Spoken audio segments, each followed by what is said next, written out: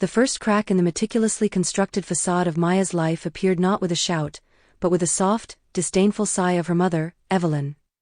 It was a sound Maya had known since childhood, one that never failed to make her feel 12 years old again, clumsy and perpetually disappointing. She stood in the sprawling, sterile kitchen of her parents' McMansion, the scent of roasting turkey and expensive lilies hanging heavy in the air. This Thanksgiving was supposed to be different.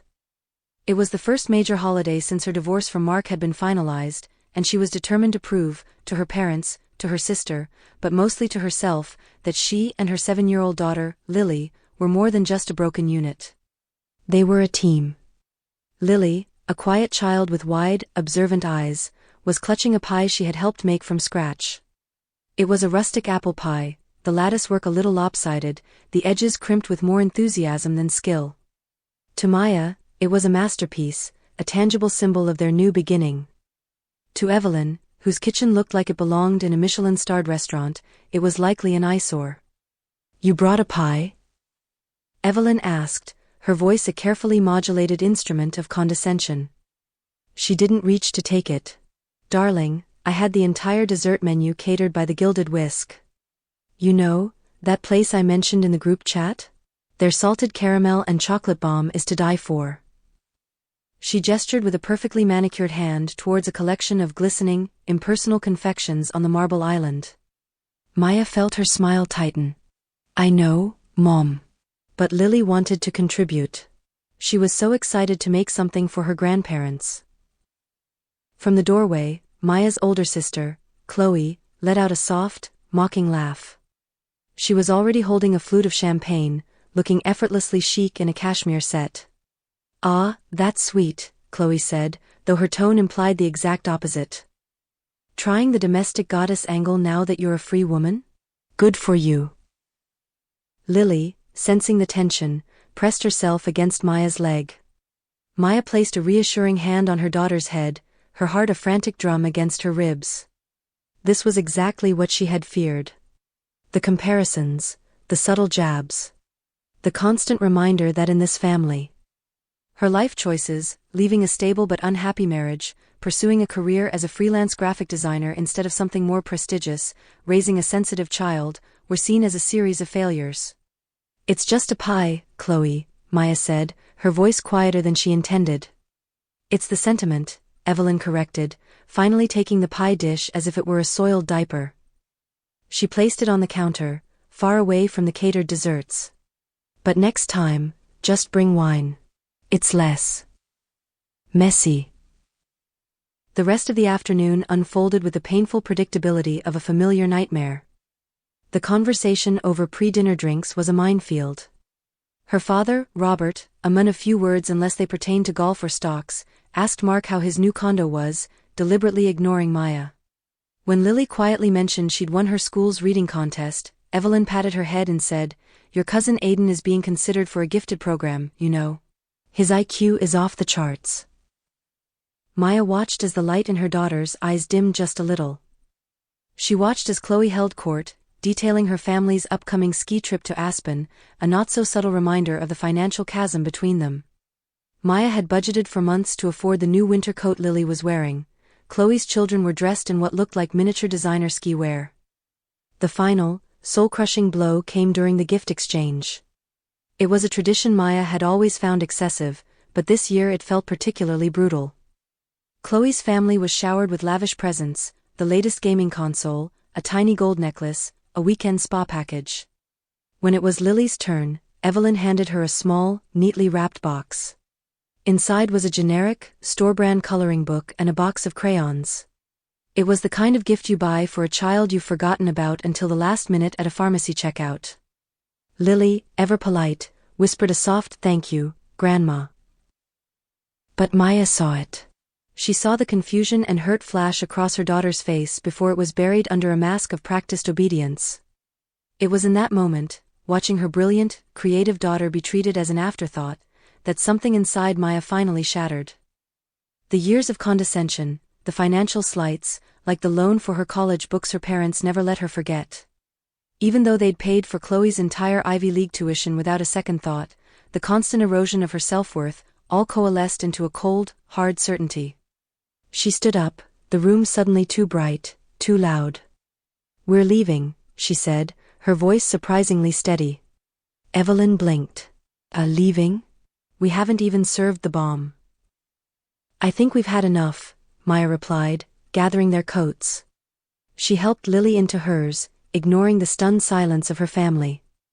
Chloe recovered first, a smirk playing on her lips. "Oh, don't be so dramatic, Maya. It's Thanksgiving." Maya turned, her gaze locking with her sister's. "You're right. It is Thanksgiving. A time for family. For gratitude." She looked at her parents, then back at Chloe. "I'm grateful I finally see things clearly." She didn't wait for a reply. She took Lily's hand, the one not clutching the pathetic coloring book, and walked out of the perfect house, into the crisp autumn air. As she buckled Lily into the car, her phone buzzed in her purse. Once, twice. She knew it would be her mother, her texts laced with faux concern and real annoyance. She didn't look. Starting the car, she glanced in the rearview mirror at her daughter's thoughtful face. "Mom." Lily's small voice broke the silence. "Was it because of the pie?" Maya's breath hitched. The question was a needle to her heart. It wasn't about the pie. It was about every pie, every drawing brought home, every report card, every quiet achievement that was never quite good enough. It was about a little girl learning that her worth was measured against impossible standards. "No, baby," Maya said, her voice thick with an emotion she couldn't name. "It wasn't the pie. It was everything else." And as she drove away from the manicured lawn and the silent, judging windows, she knew this wasn't just the end of a bad holiday. It was the beginning of a war for which she was finally, after a lifetime of conditioning, ready to arm herself. The first battle was over. The silence in her car was more peaceful than any conversation she'd ever had in that house. The silence in the car was a living thing, thick and heavy with unsaid words. Maya kept her hands at 10 and 2 on the steering wheel, her knuckles white. In the back seat, Lily was unusually quiet, staring out the window at the blur of decorated houses, her new coloring book forgotten on the seat beside her. "Are we in trouble, Mom?" Lily's voice was small, barely a whisper over the hum of the engine. The question was a shard of glass in Maya's heart. "No, sweetheart. We are not in trouble. Sometimes adults have disagreements. And sometimes, you need to leave a place that makes you feel bad." "Grandma's house makes me feel bad," Lily stated with the blunt honesty of a child. "My stomach feels squiggly there." Maya's eyes welled up. "I know, baby. Mine too." Her phone, lying in the passenger seat, began to vibrate. The screen lit up with the caller ID, Mom. Maya let it go to voicemail. It buzzed again. "Dad." Then a series of rapid-fire text messages lit up the screen. "Mom, Maya, this is ridiculous. Come back right now. You're embarrassing yourself. Mom, Chloe is trying to save the dessert course. You're upsetting everyone.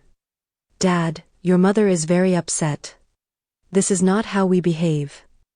Then, from Chloe, "Wow. Way to make it all about you. Poor Lily must be so confused by your drama." A white-hot fury, clean and sharp, cut through Maya's grief.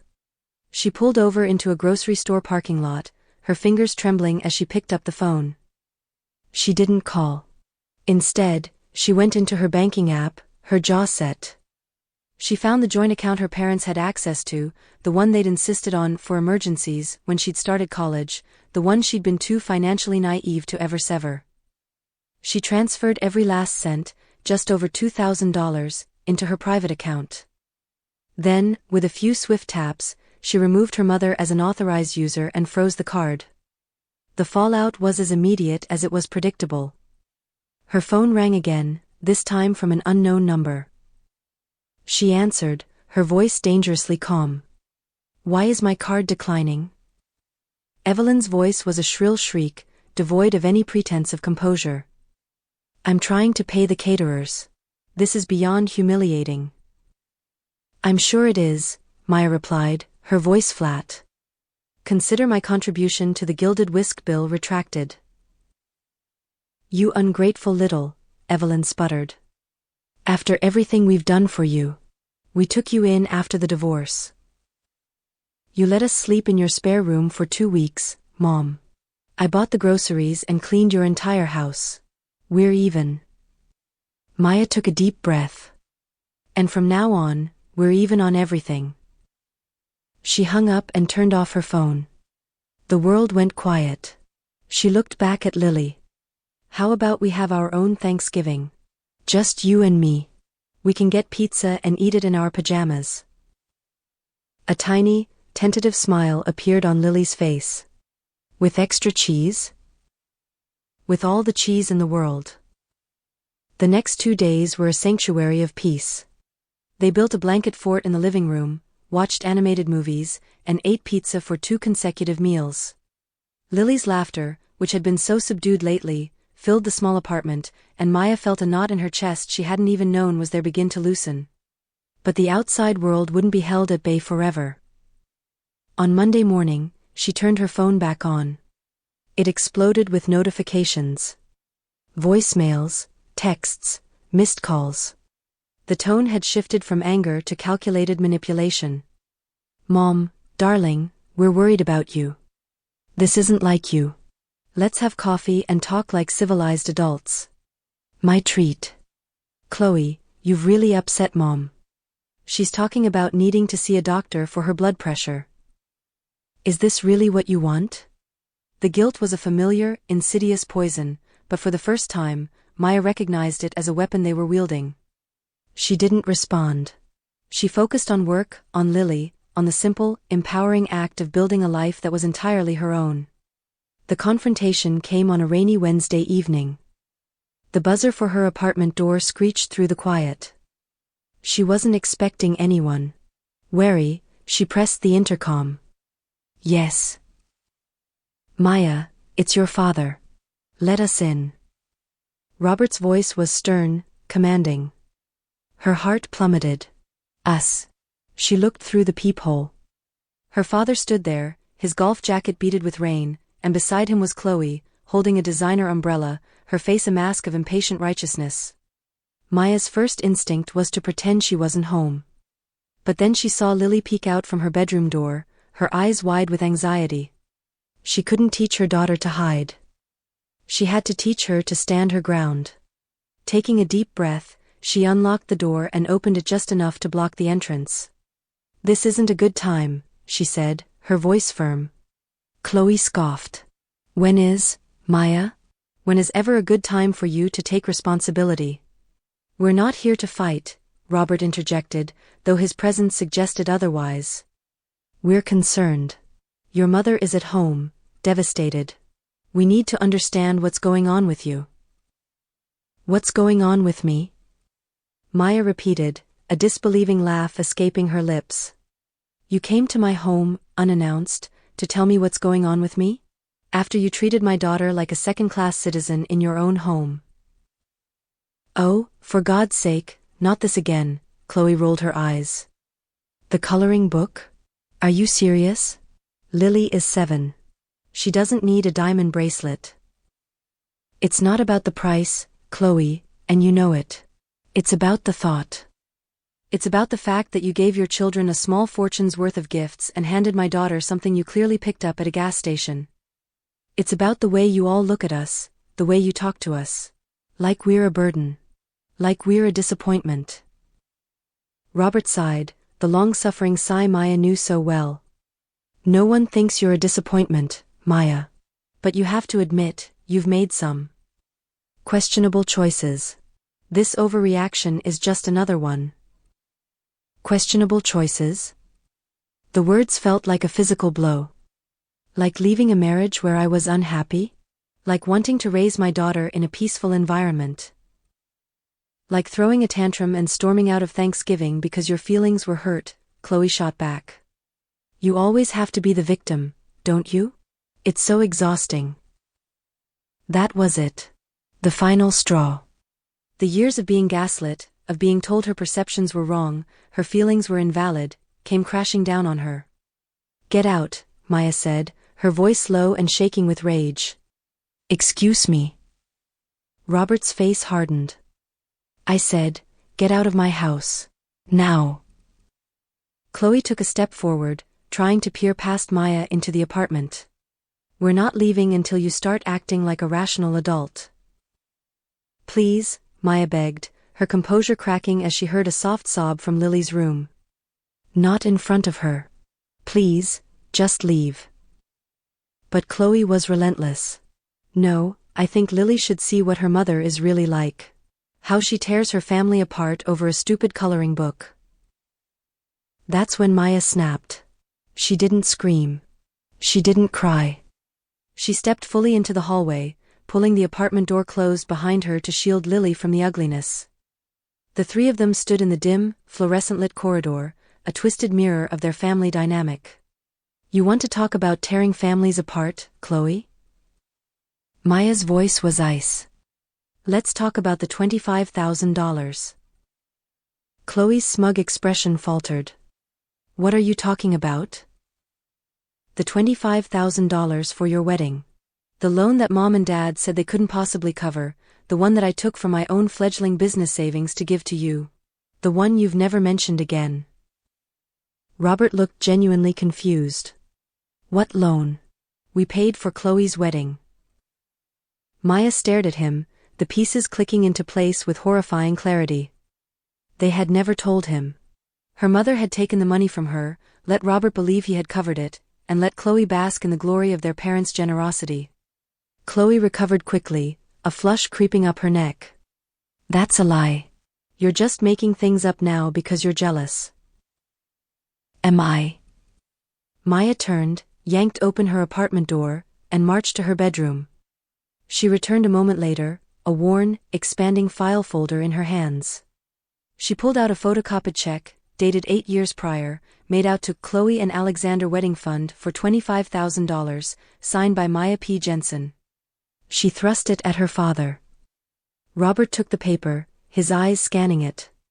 The confusion on his face deepened, then slowly morphed into dawning comprehension and something that looked like shame, quickly suppressed. Where did you get this money? He asked quietly. From the business I was building. The hobby you and Mom never took seriously. I gave it to Mom because she said you were stretched thin and it would break Chloe's heart. She promised you'd pay me back. You never did. Chloe was silent for the first time, staring at the check as if it were a venomous snake. I didn't do it for thanks, Maya continued, her energy suddenly spent. I did it because she was my sister, and I thought it was what family did. But our family doesn't know what that word means. It only goes one way. The hallway was silent except for the hum of the vending machine down the hall. The fight had gone out of them, replaced by a tense, ugly truth. Chloe finally found her voice, but it was weak. You waited all this time to throw this in my face. I'm not throwing it in your face. I'm finally taking it off my back. Maya looked at her father. Now, I am asking you one more time. Get out. Or I will call the police. Robert wouldn't meet her eyes. He handed the check back to her, turned on his heel, and walked toward the elevators without a word. Chloe shot Maya a look of pure, unadulterated hatred before following him. Maya stood in the hallway until the elevator doors closed and the mechanical were faded away. Then she slumped against her own door, the adrenaline draining from her body, leaving her trembling and hollow. She had done it. She had drawn the line in the sand and held it. But as she slid down to the floor, the cold linoleum seeping through her jeans, she knew this wasn't the end. It was only the beginning of the real war. The silence in the hallway was no longer peaceful, it was the calm before the storm. The silence that settled in the apartment after they left was deafening. Maya sat on the floor in the hallway, her back against the door, listening to the frantic beat of her own heart. She didn't cry. She just breathed, inhaling the reality of what had just happened. She had told them to get out, and they had. It was both exhilarating and horrifying. A soft whimper came from the bedroom door. Maya scrambled to her feet. Lily stood there, clutching her worn-out stuffed rabbit, her face streaked with tears. Mommy, Were they yelling? Maya knelt and gathered her in her arms. A little, sweetheart. But it's over now. They're gone. Are they mad at us? Maya looked into her daughter's fearful eyes and knew this was the most important moment. She could either pass on her pain, or she could teach her resilience. They might be angry, Maya said softly but clearly. But that is not our fault. Their anger is their problem, not ours. You and I did nothing wrong. We are just taking care of each other, and sometimes that means setting boundaries. Like a wall around our little castle, to keep us safe and peaceful. Lily nodded, pressing the rabbit to her cheek. I like our castle better. Maya smiled, and this time it was genuine. Me too. And you know what we're going to do? We're going to bake a cake. Right now. For breakfast. Lily's eyes widened with delight. Thus began their great morning of disobedience. They baked a chocolate cake, 8 slices of it while it was still warm, watched 2 cartoons back to back, and built an elaborate pillow fort that took over the entire living room. For the first time in days, the air in the apartment was light, filled with genuine laughter instead of a tense, walking on eggshells silence. The expected storm of messages arrived later that afternoon. Her mother, having processed the $25,000 revelation, had shifted tactics from wounded to vengeful. Mom, I cannot believe the lies you are spreading. You are trying to turn your father against me. That money was a gift. You never said it was a loan. Chloe, you're a pathological liar. I hope you're happy, destroying your family. Maya didn't engage. She took a screenshot of the old check and the recent text where her mother had initially begged for the loan, and sent it to both of them with a single line, the evidence says otherwise. Do not contact me again. The next day, she booked an appointment with a lawyer. It wasn't about suing them, it was about making it official. She drafted a formal, coldly worded demand letter for the repayment of the $25,000, citing the check and the supporting text messages as proof of the debt. She had the lawyer send it via certified mail. The response was a nuclear explosion. Her father called, his voice a thunderous roar she hadn't heard since she was a teenager. You're taking us to court? Over money? Your own family? I will not have this, Maya. You will withdraw this immediately. This isn't about the money, Dad, she said, her voice unnervingly calm. It's about you finally acknowledging that you don't get to treat me like I'm nothing and still use me as your personal bank. Pay me back, and we can consider this matter closed. You are tearing this family apart, he bellowed. No, she corrected him quietly. You and Mom did that a long time ago. I'm just cleaning up the rubble. He hung up on her. For 3 days, there was a tense, ominous silence. Then, a single text from her mother, your Uncle David is in town. He wants to see you. Uncle David was her father's younger brother, the black sheep of the family who had moved across the country years ago to escape the drama. He was the only one who had ever winked at her during tense family dinners, a silent ally. She agreed to meet him at a neutral coffee shop, her nerves on high alert. He was already there, a tall, kind-faced man with a graying beard. He stood and hugged her, a real, warm hug that almost broke her. I heard there was a rebellion, he said, his eyes twinkling with sadness rather than judgment. Maya sighed, the whole story pouring out of her, the pie, the coloring book, the screaming in the hallway, and the $25,000 check.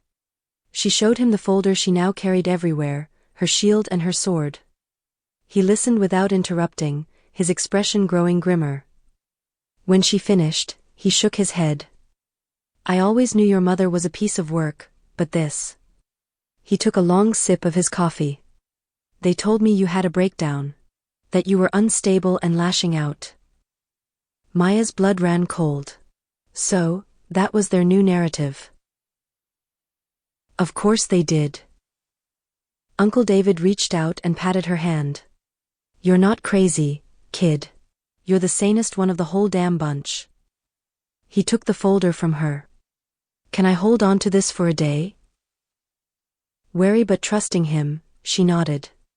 The next evening, her phone lit up. It was a text from her mother, but it was unlike any other. It was a picture. A cashier's check for $25,000, made out to Maya. Below it, a single line, "The debt is paid. Now leave us alone."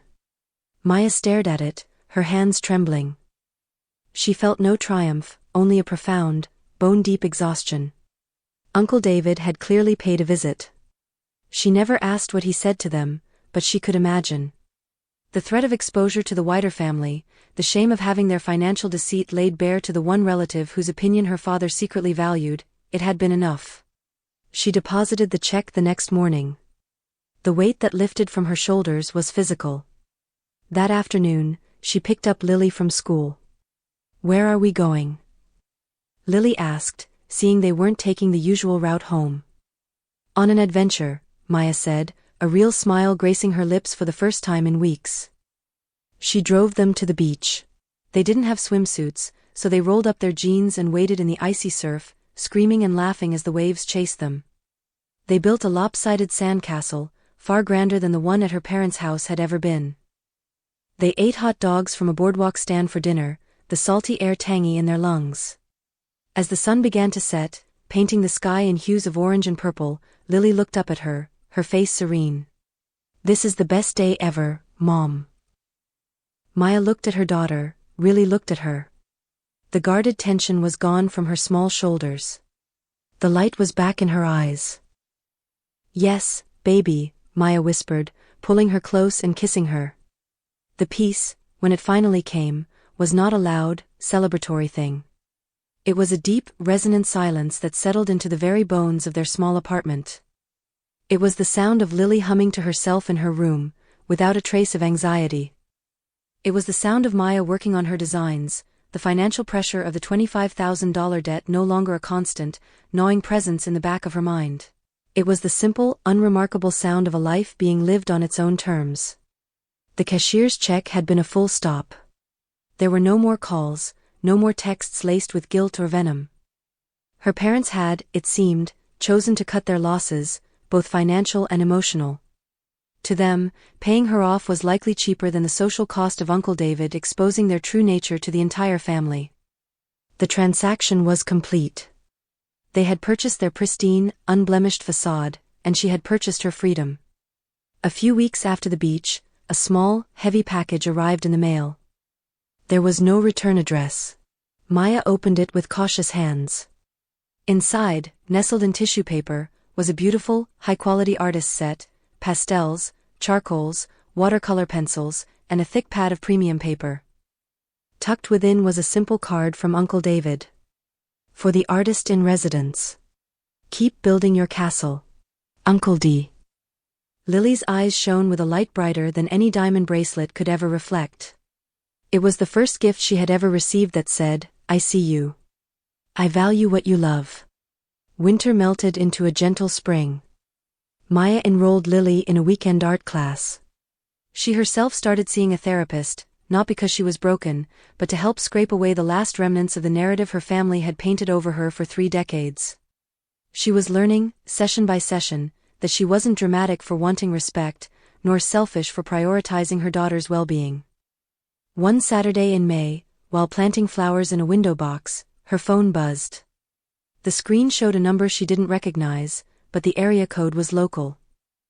She answered, her voice calm. "Maya." The voice on the other end was hesitant, frayed at the edges. It was Chloe. Maya's grip tightened on the trowel. "What is it, Chloe?" A long pause, filled with the sound of shaky breath. I saw the pictures. On Uncle David's Facebook. Of Lily with her paintings from the art show. Maya had posted them, a burst of pride for her daughter, carefully curating the audience to exclude her parents.